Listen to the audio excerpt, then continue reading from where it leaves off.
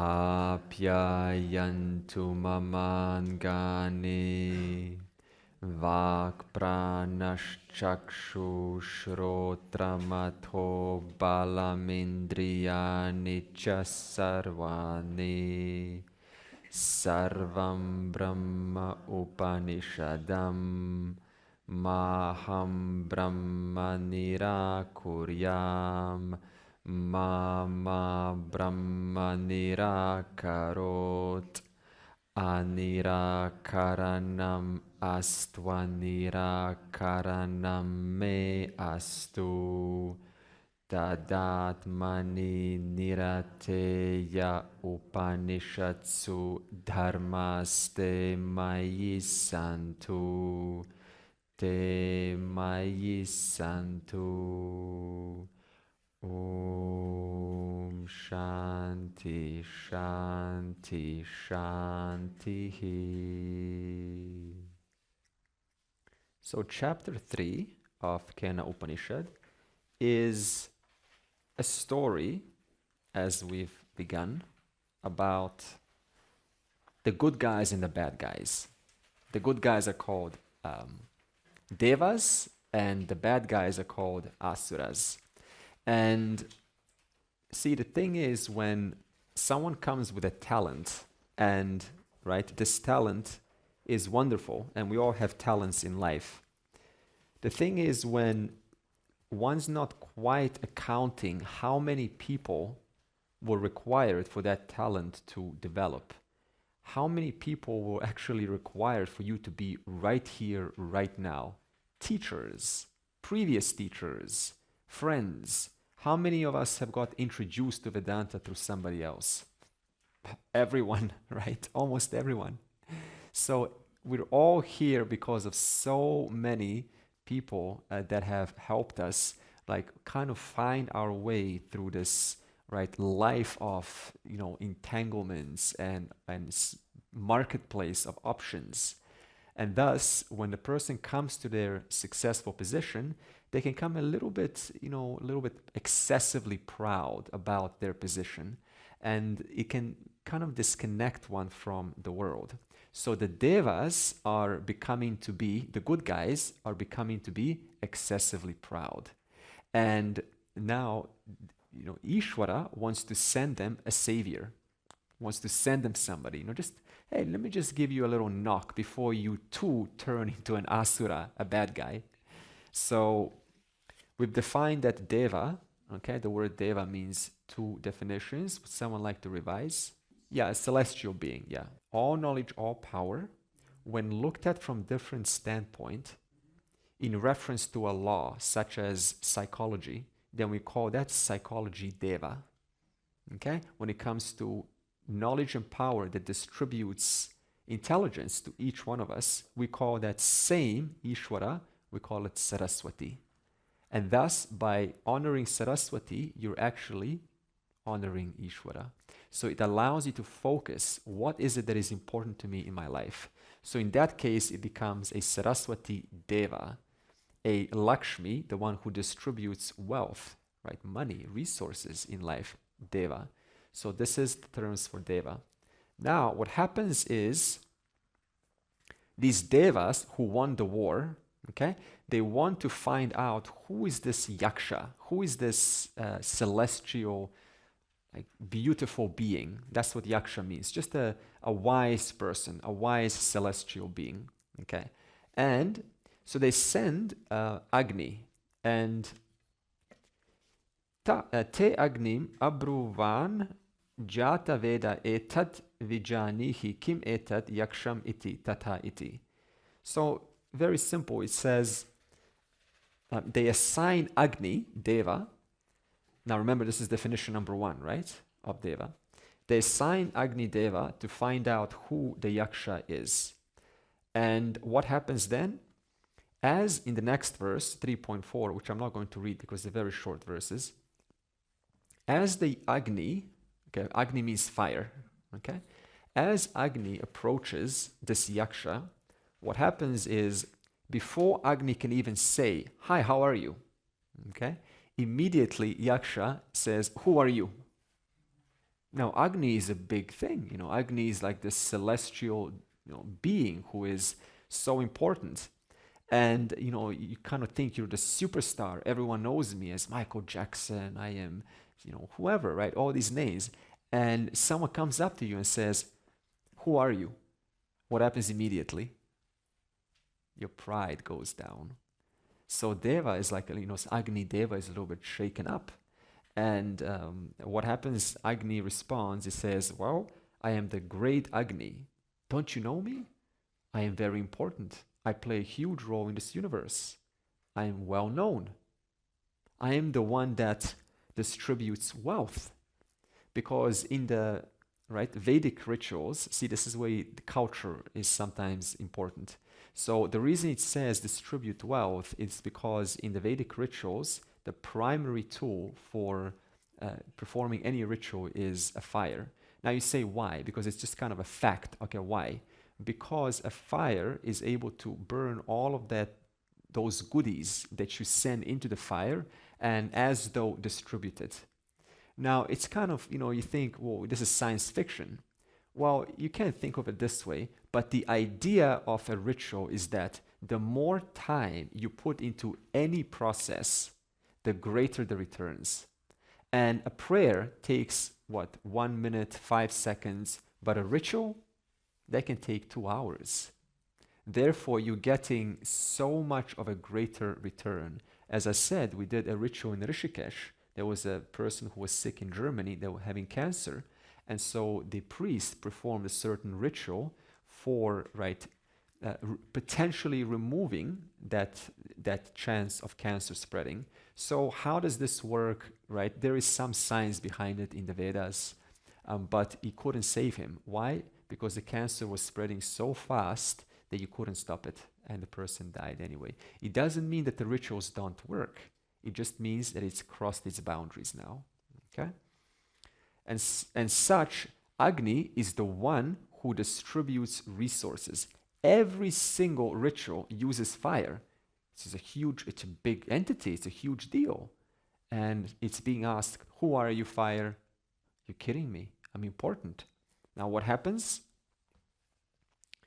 So Agni says, I can distribute wealth, to Yaksha. And then the next verse, Yaksha says, well, show me what you can do. Intriguing, show me. Let me see how you can do this.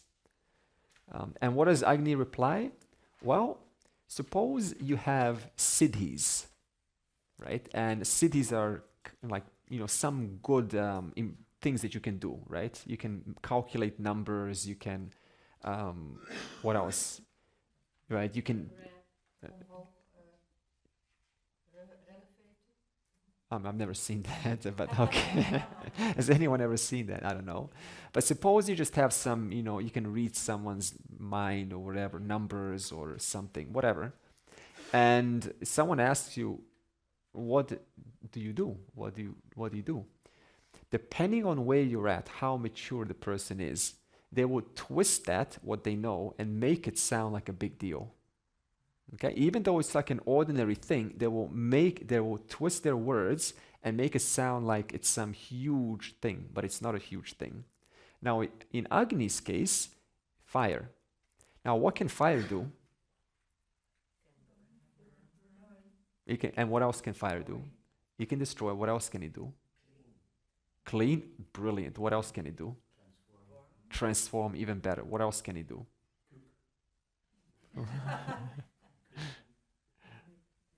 Okay, fire. Fire is the essence of light, We all used fire, outside to warm ourselves. It's so cozy, When it's cold and you all come around the fire and do ritual dances and so on. And as we learned Agni is so important because it's the first. It is the only thing that whatever you offer, it doesn't matter which entity you offer it. It can transform the goodies, the food, into, it breaks it down in atoms or something else, so it can be transferred to a higher level of. Yeah. That's why it's important.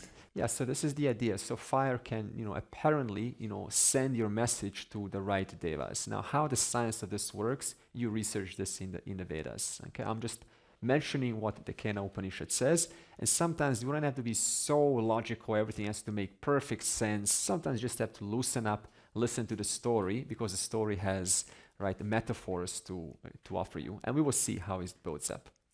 Okay, so in this case, the Agni says, whatever is here, out of all of the Agni's wonderful offerings like transform and give light, Agni says, I can burn. I can burn anything here. Whoa, right now you're like, I'm afraid, hoping to invoke some kind of a thing in this yaksha. Okay? And then verse 3.6, Tasmai trinam nidadhau etad daha iti tad upapreyaya sarva javena tatna shashaka dagdhum satata eva nivavrte na etad ashakam vijnatum yat etat yaksham iti. So what happens? The yaksha places a blade of grass in front of the Agni and says, here, like a blade of grass, here, burn it. Simple job, right? So what happens? Now, if Agni claimed Agni can burn anything, why would you want to now burn this grass, right? Why take up this simple challenge if you can burn up anything? Well, as long as there's an insecurity in the person, right? They may not know about it, but there is some insecurity that I haven't quite, right? This is not really true, what I claim. What I claim is not really true. Who are you? I'm a teacher. Well, and then you start asking them questions, and they get, they kind of get confronted and they, walk away. So there's some insecurity about a person. Like, what do? I'm a programmer. And then you say, create me a program. And then you're like, oh, I can't do that. Well, because, you're not really, confident about programming or whatever it is. So as long as there's an insecurity in us, then we will find a way to, retreat slowly. But we will also have a need to prove ourselves. And this is what Agni is doing now. So thus, what happens? Agni takes up the challenge and cannot burn the grass. Can't do it. Now, how does Agni feel? Rejected, defeated, deflated, right? He thought, I can burn anything here and I can't burn this grass. So again, this means that the higher up we go in the hierarchy of our position, like an employer, as I said, or a CEO who has all these employees underneath, it's very easy in that position to feel a sense of entitlement. And when something happens, someone walks away or doesn't comply to you, you see that you're not as in control as you thought you were. Same thing with those who are parents, right? Parents, children, grow up. But the moment they reach 3 or 4, even 3, right? They start to talk and talk. All before that, not many words. When they start to say all these words, it's very different. So, and you say, wow, I cannot quite, have this child comply as much as I thought I could. And then the child has their own ways, right? Their own conduct, their own life. And so it becomes challenging. And therefore, what life shows you is that even if I thought I had total control, I actually don't have as much control as I thought I did. So you do have some level of control, but not as much as we think. And this is what is being slowly shown to these devas, because they thought we alone won the victory. It was our victory alone. And so thus they thought we control the circumstances, but they're going to be shown it was not their victory alone. There was more to their victory. Okay? Therefore, Agni felt ashamed. And not only felt ashamed and dejected, but didn't ask. Didn't stop and ask, how come I can't burn this grass? I should be able to burn this grass, Mr. Yaksha, Mrs. Yaksha. So this is another indicator when our pride is hurt in such a way, then the person can have a choice. Either I can ask and say, hey, I don't understand. Can you help me out? Give me some feedback here. Or retreat and protect the self-image and walk away that everything is fine, nothing is wrong, right? It's all just, some special grass, it's none of my business. And so Agni retreated in, we don't know, either denial. Denial is when something is not even acknowledged. So something is there, but it's not acknowledged. Someone has some condition and they say, it's not a big deal. It's just, it's just me going through a time in my life. So this is a way to cope with one's insecurities, just to put it down and make it, like it's nothing true. So one of these two, Agni fell for. And what is the symbolism of Agni unable to burn the grass? What do you think is the symbolism of this, having heard so far? Right, I knew I could, but I don't know. So in other words, the bubble is starting to pop. Therefore, as long as we, do our thing, but disconnected from Ishvara's order, then Ishvara makes it in such a way that eventually you discover that you are not as capable as you thought you were. So the moment confidence goes up, like, I am so good at this, Ishvara finds a way to pop your bubble, throws you some test in life and says, nope, there's a little bit more to do. In Tao Te Ching, there's a beautiful verse that I never forgot early on, many years. It says, there is a certain law in nature that when you grow high, nature finds a way to cut you off. When you grow too loud, too big, nature finds a way to cut you off. So that's why when some celebrity, can grow very big, and suddenly all of this competition and all these media starts to come now. So there's a certain thing that this Tao Te Ching says, right? Before you get too high, know when you've reached your limit and stay low key. That way, right? You will always be able to have a smooth ride. The moment you go over it, something finds a way to cut you off. So like this, the symbolism is thus that we acknowledge our talents. There's nothing wrong with Agni's talents to burn. This is lovely.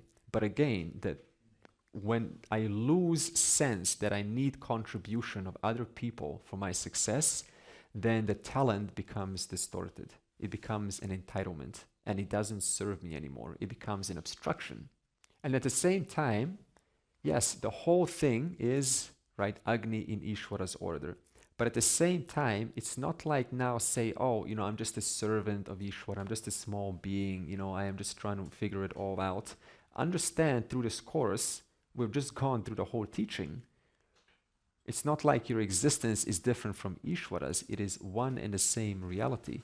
So on one hand, one remains humble. I am a servant of the Lord. But at the same time, not, I'm just a servant of the Lord. I'm just making my way through. I've got a long way to go. So this now becomes condescending, becomes self-depreciating onto oneself. So there's a fine line between humility and, a healthy, I sense, a healthy confidence.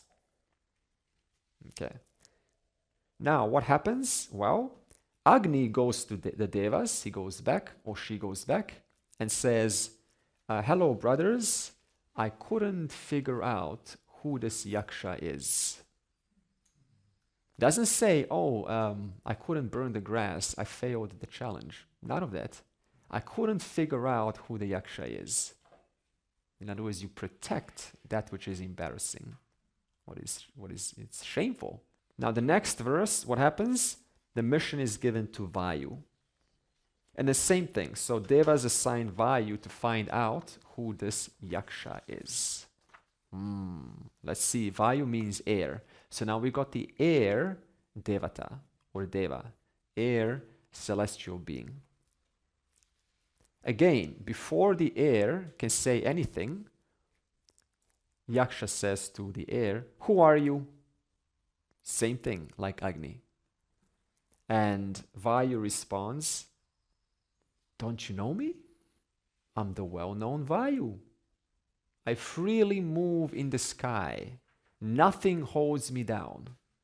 This is kind of cool, isn't it? Fire can be put out by a high tornado or water, but if you're air, you can move anywhere you want. You're not stuck to any place. You provide cooling for people. You're a big deal as air. Okay? I'm not tied to any one place. So in other words, the qualities between Agni and Vayu are wonderful. They're both high qualities. But what the verses are saying is that if they both have excess sense of ownership, like entitlement, this is mine, then what happens is, right, again, Ishvara will find a way to pop your bubble. Some have intelligence, some have beauty, some have singing skills, but where they all can come to a place of sameness is excessive pride, sense of ownership. And all three of them, Ishvara finds a way to cut you off. Not cut you off, but just bring you back down to earth. This is called bring you back down to earth. Doesn't matter what the skill is. You can be the greatest scientist in this world, the greatest discoverer in this world. But if I'm disconnected from the order, either way, the law is made such that I am brought right back down to the world. It's almost like Ishvara has one law, humility.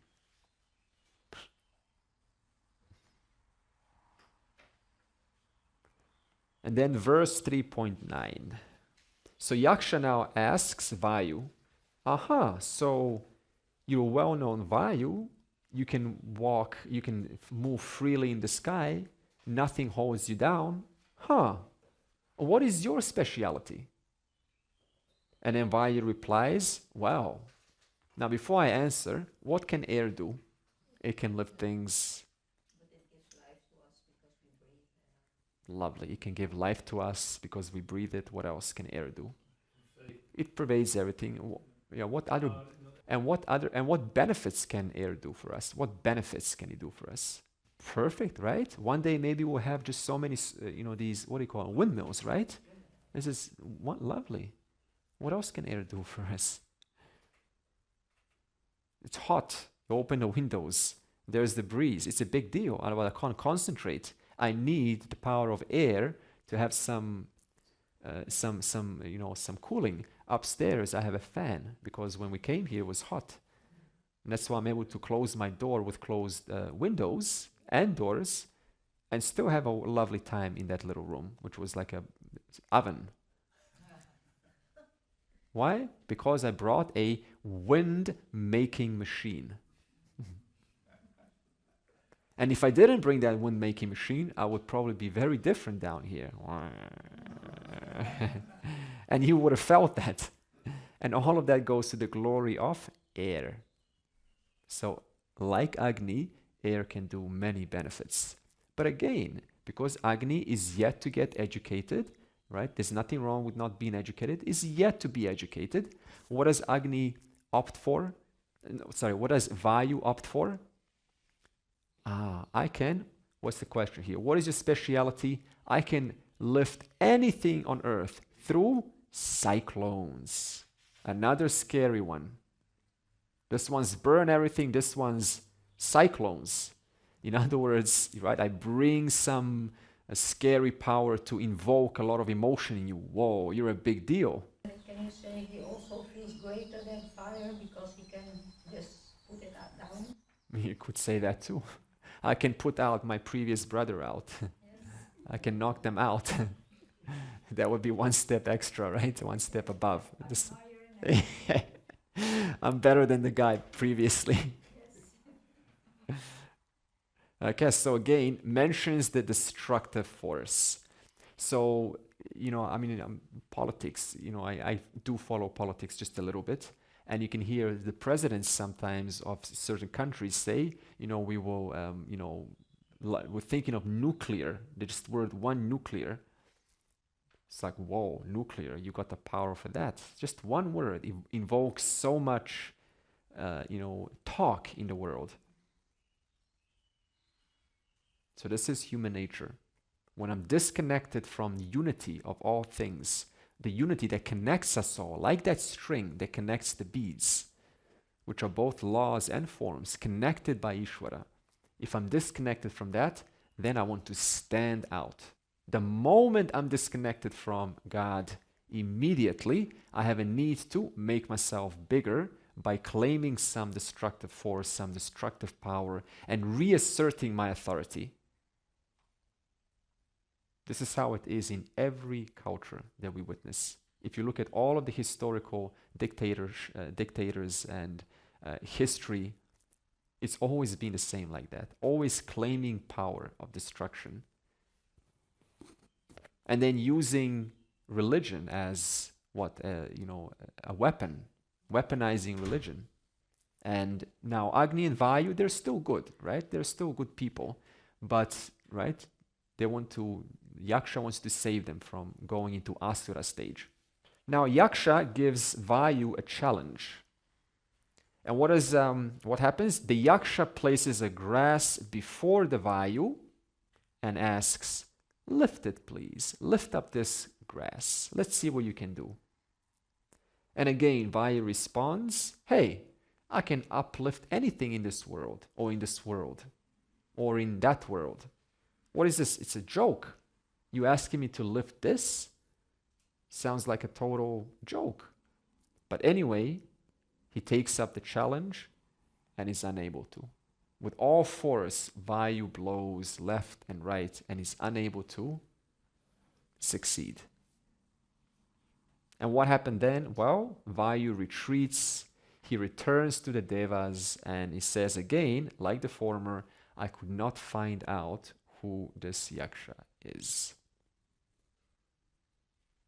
In other words, again, different talents, wonderful talents, but when we're ignorant of Ishvara's order, then these talents can, right, be misused. This is just how it works out sometimes. My talent. Okay? So look at this. So Yaksha isn't here to give a hard time to Agni and Vayu. That's not the intention, to give you a hard time.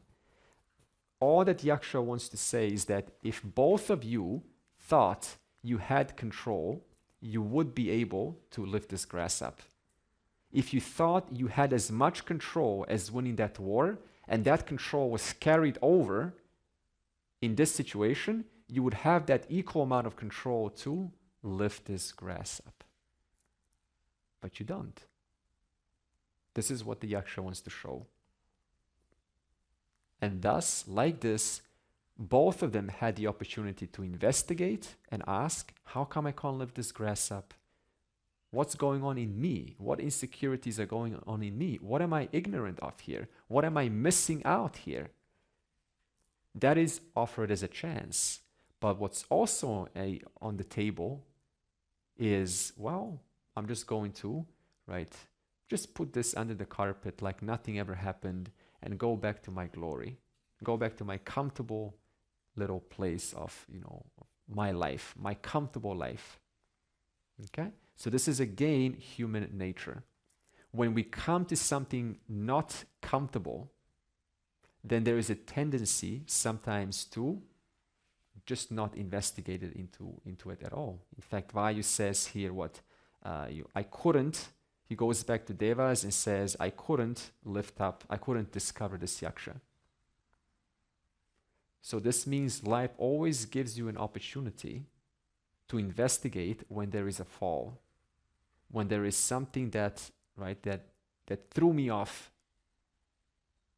So that is a perfect opportunity to look into it. Not later. Let me remember once upon a time. It's too late. But when the context is right, when the context is strong, then the person has the opportunity to look into their shortcomings. What made me run away? What made me retreat? Why did I not stay and investigate what is to be done? This is what Yaksha, the wise celestial being, wants to show us. that you have a choice. Vayu comes back to the Devas. Who's left now? Indra. Now Indra is the king of all Devas. And Devas are now coming together and they're having a little discussion. And Indra says, hey, my people can't figure this out. I would take up this task. I'm the king of Devas. Let me put the matters into my own hands. Ooh, let's see. Let's find out what happens next. So now the Devas ask Indra to find out who is this Yaksha. And Indra agrees, I will indeed find out. And as Indra approaches, the Yaksha disappears. What happened here? The Yaksha disappears. So Indra got to see him, but not long enough. Before Indra could say something to Yaksha, Yaksha disappeared. And what happened then? Verse 3.12, an effulgent woman appeared in Yaksha's place, called Uma. Now, Uma represents a guru, an avatara, a guru. And immediately, when she appears, a beautiful woman, Uma, when she appears, Indra immediately asks her, hey, what is the nature of this Yaksha? It disappeared. Look at this. First question wants to know, what is the nature of that Yaksha that was there, that eluded my dear friends? I want to know. In other words, the prior Devas didn't have the right mindset, didn't have the right readiness to see the Yaksha, because they retreated. They saw this celestial being who represents Brahma Vidya, by the way, the potential to gain knowledge. But they were not ready enough. Their minds was not ready, so thus they couldn't stay long enough. But Indra's attitude was curious, open-minded, humble. Indra had the capacity to ask, who is this? I want to know. Help me find out. This is where Indra is acknowledging his helplessness, as we spoke before. Acknowledging my helplessness, saying, I can't figure it out on my own. Help me. This is a big step in one's journey. So Yaksha had the right attitude, had the right approach, had the right mindset, had the right readiness of the mind. It was all there. And it's similar to Arjuna and Krishna, who one was a guru, one was a student. And Arjuna kept asking Krishna for the longest amount of time for limited things. Limited things. Since childhood, they knew each other. Why did Arjuna ask for limited things to Krishna, the Lord of the universe? Because that's what Arjuna was ready for. He could not ask for anything more than Arjuna was ready for. It's not like Arjuna was intentionally asking for limitation. That's just what he was accustomed to. Until one day, when Arjuna became slightly more ready, he began to ask, he began to ask a different kind of question. And that's exactly the kind of answer Arjuna started to receive. So like this, Indra was ready enough to see something else, to open one's mind to something else that the prior two Devas were not. And thus Indra was able to attract the guru called Uma, because he had the right eligibility. And therefore, in this example, even if you're Arjun, even then, you're curious of self-knowledge, even then, it doesn't mean that those who are like Arjunas will stay. Because there are many people in this world, like Arjuna, who are relatively ready, But how many stay in the tradition? Very, very few. A lot of them come, but fewer stay. And those who stay for the self-knowledge, to grasp the final reality, how many stay long enough and reflect long enough to make it concrete? As we said, tat parya nishchaya, to stay with the intention of understanding deeply and deeply and deeply and deeply. Very, very few. Now, Indra happened to be one of those very, very few who not only asked, but wanted to understand. That's why he said to Uma, who is this Yaksha? Now, in this case, Yaksha represents potential for my freedom, self-knowledge, Brahmavidya. So what is the nature of this self-knowledge? And thus Uma started to say, okay, so the story continues between Uma and Indra, 4.1, let's see, I'll read this. Okay, so Sa Brahma iti ha uvacha Brahmanaha va etad vijaye mahiyadvam iti tataha ha eva vidanchakara Brahma iti. So Uma shows finally to Indra, because Indra asked, who is this Yaksha? And Uma was compelled to reply. And she says, this Yaksha is Brahman. And any victory of yours is Brahman's alone. So think about this. Indra asked, who is this Yaksha? Yaksha represents the final knowledge. Indra is a celestial being, very sophisticated. So even a celestial being is born with ignorance. No different than we are here. And even a celestial being needs Uma, the Guru, and needs Yaksha, the self-knowledge. In other words, celestial being, as sophisticated and elevated as they are, in a different loka, different world, wherever that is, equally, they need the same Guru and the same knowledge as you need here on earth.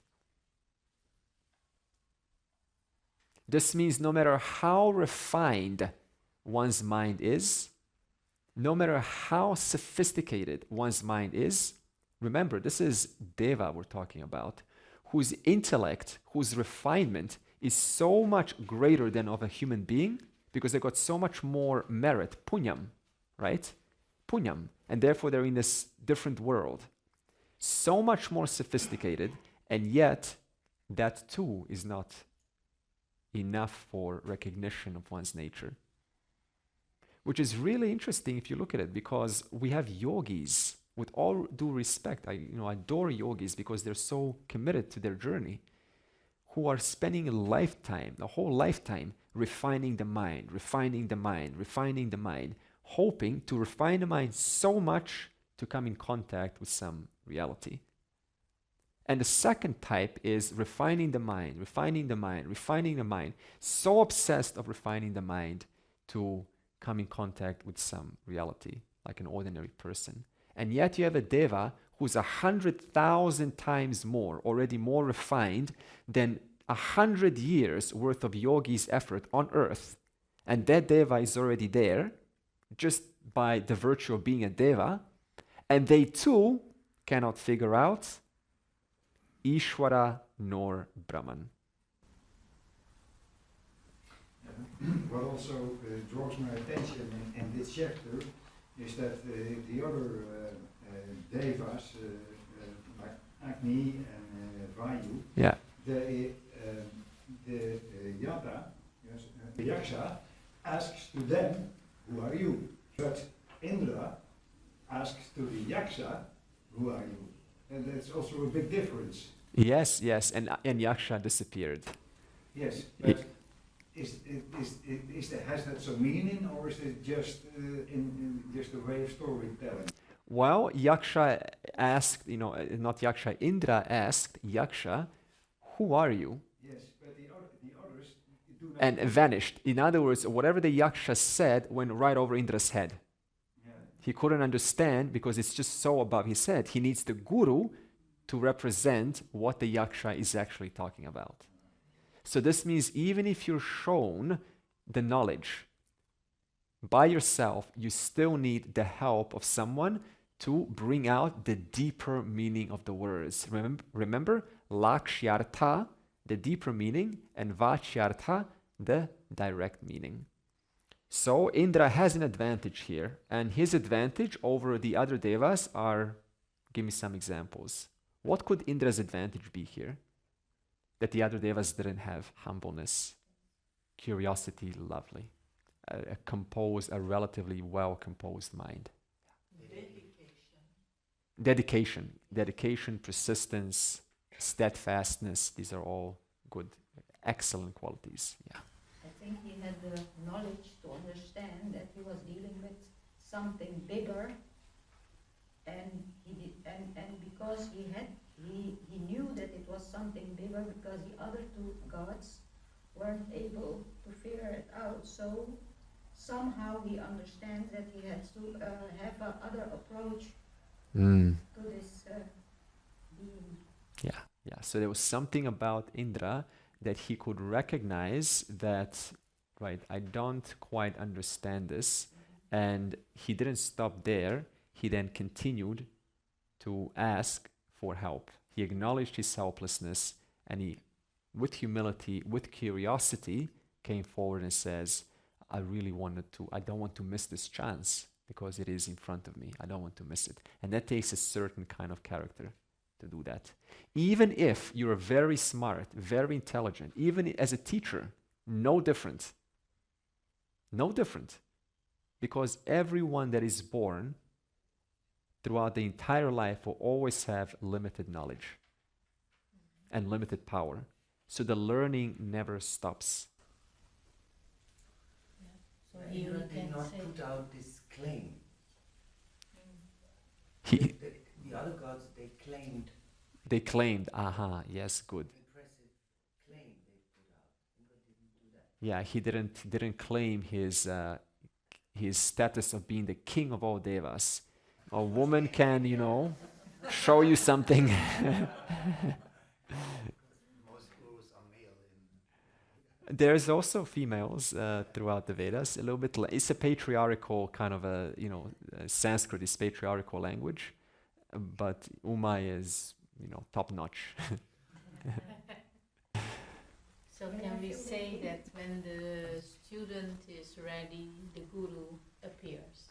So when the student has developed enough sincerity, enough open-mindedness, enough curiosity, enough acknowledgement that no matter what I do, all of my self-claims of being some big person, some big thing, it just doesn't really help me at all. I'm still the exact same person as I was 20 years ago, as 5 years ago. All I've been really doing is just claiming things left and right, going from person to person, and I'm still here carrying the same kind of thoughts, and I really want to put all that aside and find a person with total humility. Now I come to this person and say, teach me please, I don't know anything, like this. So yes, when the student is ready, relatively advanced, relatively quiet, relatively mature, then the teacher will, they will feel attraction, a certain attraction. So Indra saw two things that prior devas didn't. Indra saw, by the help of Uma, Ishvara, the cause of the universe. That means their victory was owing to intelligence, which is putting things together, which is gracing them with their victory. What does this mean, gracing them? It means that They made efforts. excellent. They made lovely. So they made positive effort. The devas made good efforts before, and as we said, the cause-effect relationship is such that for every positive cause that is keeping with ethics, it returns a corresponding result. And thus, Indra comes to recognize that victory wasn't theirs alone. There's an order here which has blessed them this victory. Not randomly, just because they're devas, but because they were keeping with the laws. That means the laws were in their favor. And now, having that being true, they were able to be clear enough to win the war. That's why Arjuna needed Krishna, because Krishna was representing that clear buddhi, clear mind, knows exactly what to do, when, the right time, and when not to act, and when to act, and how much to act, and at what frequency to act. For that, you need Krishna. You need a clear buddhi, intellect. And he also recognized Brahman, the final reality. So 2 things Indra got to learn by the help of Uma. First, the intelligence, because of which they have been graced, and second of all, Brahman, which is also the final truth of them all. This is what Indra's humility has gotten him. And Indra realized you cannot know Brahman unless you bring in Ishvara. Because Brahman, as we said, is attributeless. How are you going to go from form to something that has no form, something that is without any characteristics or properties? You can't do it. But what can the mind do? What can the mind grasp? Form. The mind can grasp form. And then, having grasped the form, which has been doing since time immemorial, what can then that mind start to do with that form? Perform the analysis. Analysis by analysis, forms within forms, within forms, within forms, which is even a scientist can do, anyone can do. And then it comes to the final cause, which is intangible, which is undefinable. You cannot define intelligence, because to define it, you're defining a form, which is an effect of intelligence. That's why you cannot define the cause, because the cause's effects are that which you can define. Therefore, by grasping the form, the mind can perform the analysis that form is reducible ultimately into the final building block of the universe, which is intelligence. And thus, whatever I see in this universe is nothing but that name and form taking on that name and form. And then one level underneath, chair, name and form, taking chair, name and form. Wood, name and form, taking on wood, name and form. Atoms, name and form, taking on atoms, name and form. But if I look into the atoms, I can't find them. Now it's quarks, name and form. If I look into quarks, I can't find them either. Now it is finally reducible into where Vedanta comes in, intelligence. And you cannot have intelligence outside of a conscious being. Just like you can't have a dream of intelligence outside a conscious being. Intelligence can only put together forms in the presence of a conscious being. Therefore, the final reducible, which you cannot reduce any further, that all reduces into consciousness, and you cannot reduce consciousness further. Because every time you try to reduce your consciousness, then who's there watching that reduction? So we say Brahman is Sat Chit Ananda. Sat Chit Anantam, we learned in this course. What you say is in the Chit or in the Sat and the Chit is intelligence inherent. So, okay, good question. So the final reality is defined with 3 words to help you understand. It's not like they're different things. So the final reality is the final reality. And then you have to give it some name. And we said one of the names is its existence, but not existence like existent marker. It's not existent within time and space. It is general existence, the substance from which every other existent thing comes from. So when I say marker is, sun is, air is, thought is, sound is, emotion is, future is, past is, present is, they're all just names and forms of is. So the is one common substratum in and through all of these names and forms which depend on isness. And that isness isn't just some random isness out there. What kind of a isness is it? It is a awareful isness. That means its very nature is awarefulness. It is fully conscious of itself as the isness one, as the existent one. And what kind of an existent, awareful reality is it? Is it one over there, another over there? No, it is one without a second. It is anantam. It means there is nothing outside it. Because anything to be outside it, now you got a problem of two existences, one there and another there. Now, what separates existence one and existence two? Space. Now, who created space? So you go into a logical problem. Okay? Therefore, the reality is Sat and Chit. Sat and Chit enjoys the capacity to manifest the universe, which is called Maya. When Maya is activated and manifest in the universe, then in reference to the world, we say, who created this world? We say, it is Ishvara. What is Ishvara? Ishvara is this capacity of knowledge power manifesting itself as names and forms. Yeah. So intelligence is the capacity, belongs to the capacity of Maya. It is inherent to Maya. The intelligence, you just said intelligence, it's consciousness, intelligence, that is the ultimate reality. I did not say consciousness, intelligence. I said existence, consciousness is the final reality.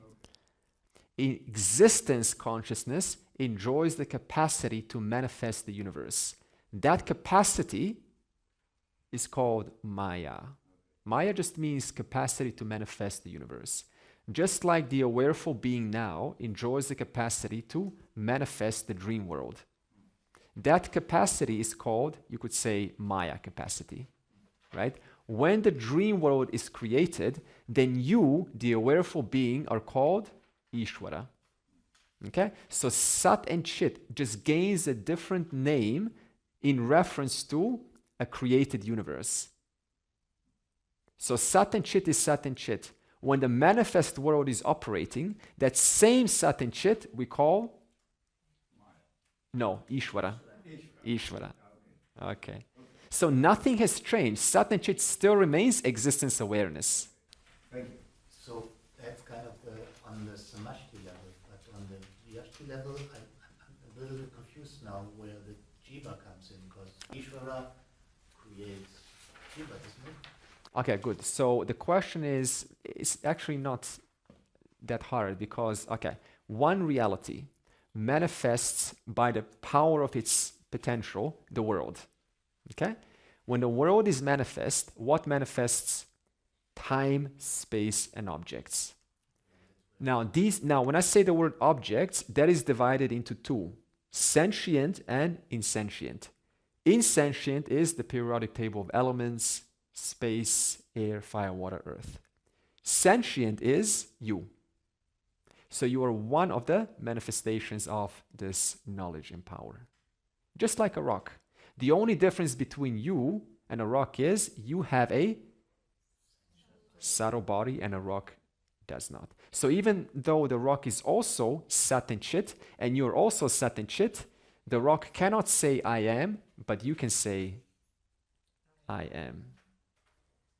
Okay, so don't think that the rock is one thing over there, it's all like mithya and I am satyam alone. The whole thing is satyam, manifesting in different names and forms. Wherever there is mithya, that's exactly where satyam is. Where is the question of difference?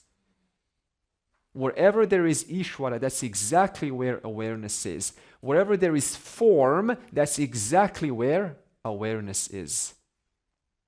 Wherever there is world, that's exactly where awareness is. This is why we don't discard the world. Because the world is you. The world is one. Manifesting is many. because the whole thing resolves into one reality. One reality, which is Sat and Chit, is called different names from different standpoints. It's called Ishvara from the standpoint of manifesting as the whole thing. One reality, Sat and Chit, is called Jiva from the standpoint of manifesting as a thing with a body. One reality is called a rock from the standpoint of something that looks like a rock. It's all one reality. So the isness, that is what all has, all manifestation has, is isness. Yeah. And the isness refers always to the chit. Exactly. In other words, you cannot claim anything without it silently possessing that isness. Rock is. That isness is Chit. Space is. Space is. Depends on Chit. Time is. Depends on Chit. Wherever time is, that's exactly where Chit is. So even space is nothing but awareness. Just different names and forms of the one reality. It was never about discarding, not this, not this, not that, not this. This is lovely, but it's a beginner level work. Eventually, one has to release this idea of subject-object. Because where is the question of subject-object within the ocean? The whole thing is within one ocean. And the same is with cause and effect. Yeah, so the effect, as we said, is just, right, manifestations of the one cause. But wherever there is an effect, that's exactly where the cause is. Wherever there is a wave, that's exactly where the ocean is. Wherever there's an ocean, that's exactly where the water is. It's one obtaining different names and forms from different standpoints. And you just happen to be one name and form that looks like this. And Ishvara is name and form that is manifesting as the whole thing. So while there is a difference between you and Ishvara, in reference to you're a small thing, Ishvara is a huge, infinite reality, the sameness is in the water, in the one substratum, which is known all the time as is. Wave is, ocean is. In other words, wave because of water, ocean because of water. Okay, so if we turn Vedanta into some kind of a, world is, I don't want to reconcile the world. I just want to, why do I need to attend to my emotions? Why do I need to, look at my mind? This is not what we're about. Like Indra, humble. I want to know the whole thing. I want to also address my own inner stuff because the whole thing is within Ishvara's order. And Ishvara has made it such that I cannot cheat the system. And cheating the system involves not following the rules of the game. We didn't set up the rules of the game. Ishvara did. What I want to say is, how many pages do we have? Okay, we'll get through it tomorrow.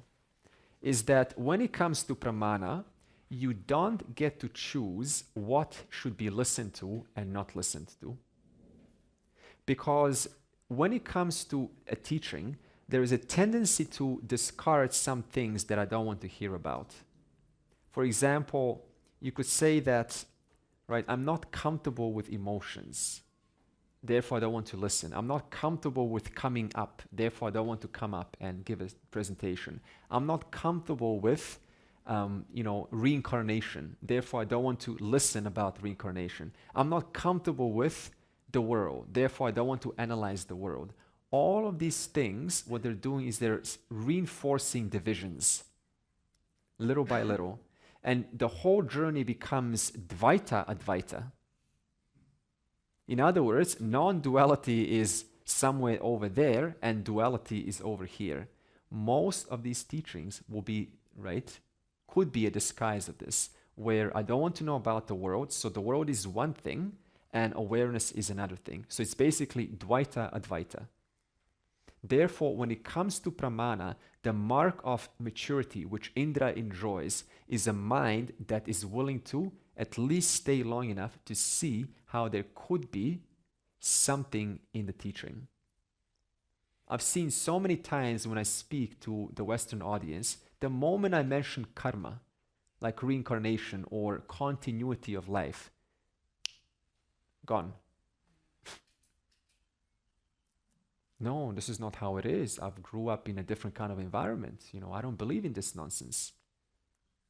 Well, who are you to discard 5, 10,000 years of tradition of beautiful, brilliant minds thinking about this since 5 years old?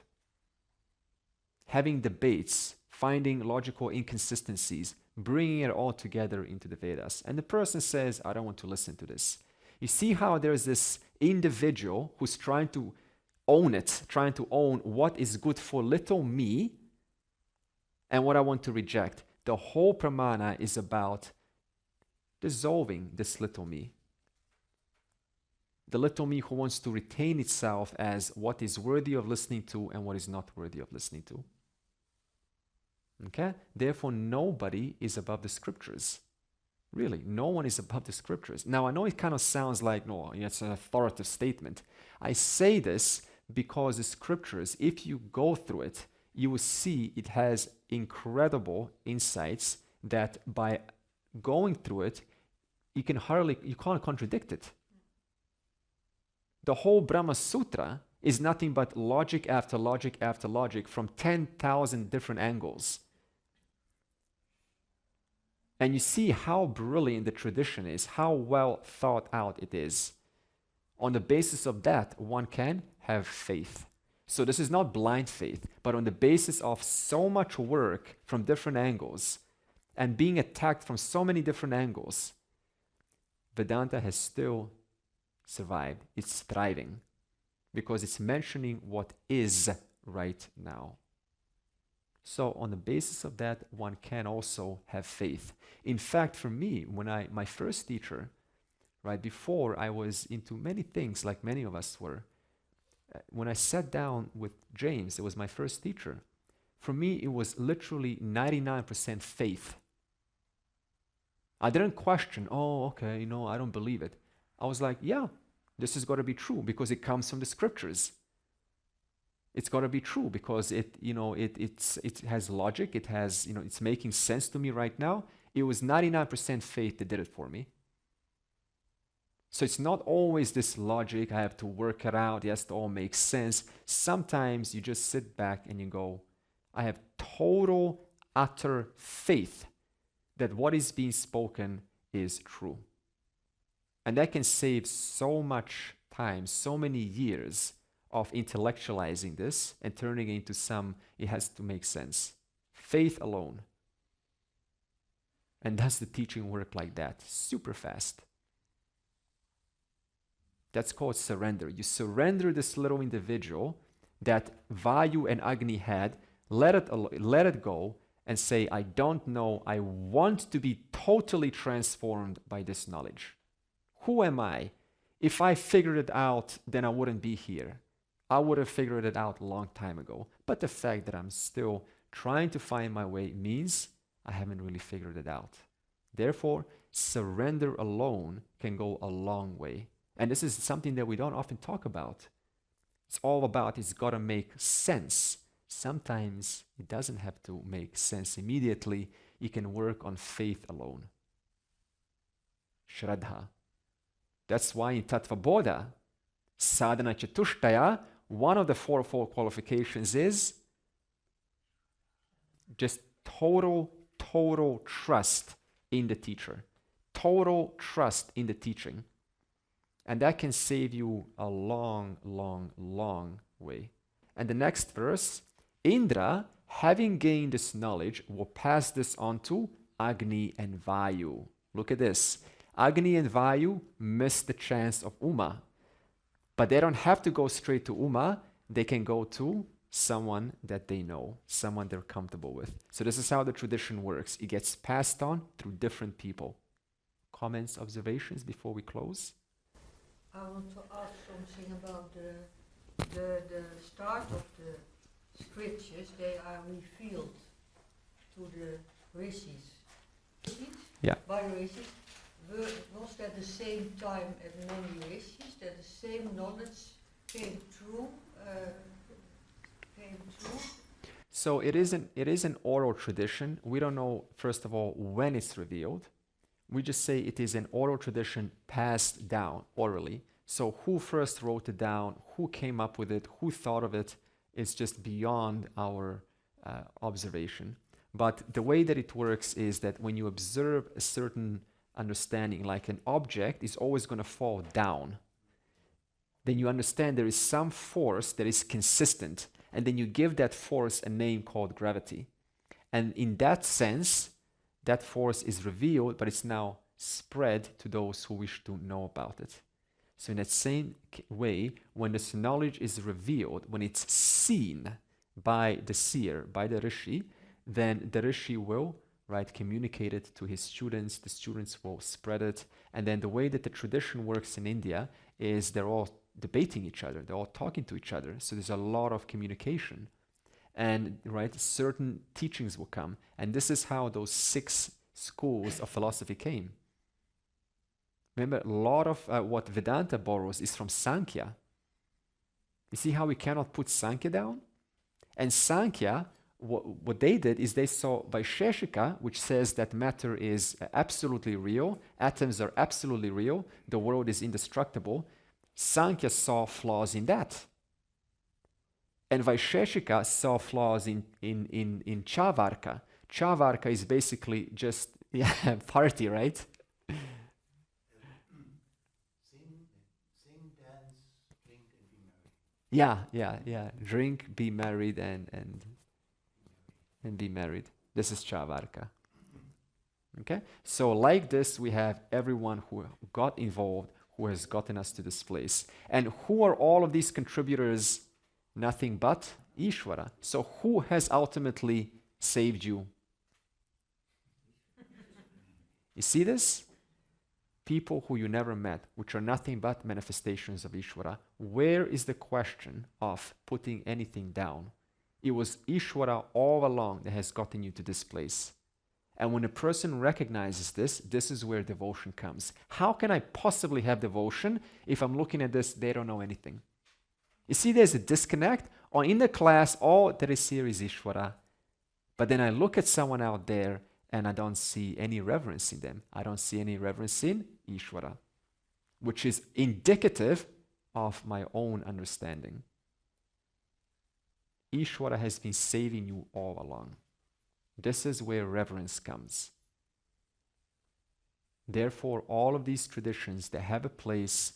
Those who are still in Chavarka, they're there because they're there. So were you and I, some life before. Slowly, slowly, we come to the final knowledge. So this is the journey of the jiva. So could you say that Ishvara is sending us Mr. Putin in order for us to train and test the knowledge? Ishvara is sending us what? Mr. Putin, the president of Russia. Because of course he's so... He's an asura. It's a big asura. Yeah. But we have to apply the knowledge with him too. Yes. So in other words, right, so this is your own work, where how do you look at this person without putting them into a box? It's a cause-effect relationship. How many causes took place for that person to be who they are? And they're fighting for their own values, for what they stand for a country that they believe in. So again, rather than put him into a box, I can look at it objectively. It is a product of many, many decisions that has gotten them to be this kind of a president. They're not evil or good. It's just the kind of assessments, conclusions they've came up with through their own thinking. And in their own understanding, their own conscience, they're recognizing this is the best thing for my country. But the law doesn't exempt them. So they may think they're doing the right thing, but the law is set up that it will accurately show to that jiva how much they have really been keeping with the laws. And they may not show in this life, they may show in the next life. And you won't be there to see what happens.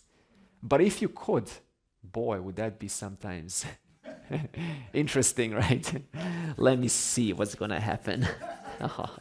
Purnamadav Purnamidam Purnat Purnamudachyate Purnasya Purnamadaya Purnam Eva Avashishyate. Om Shanti Shanti Shanti.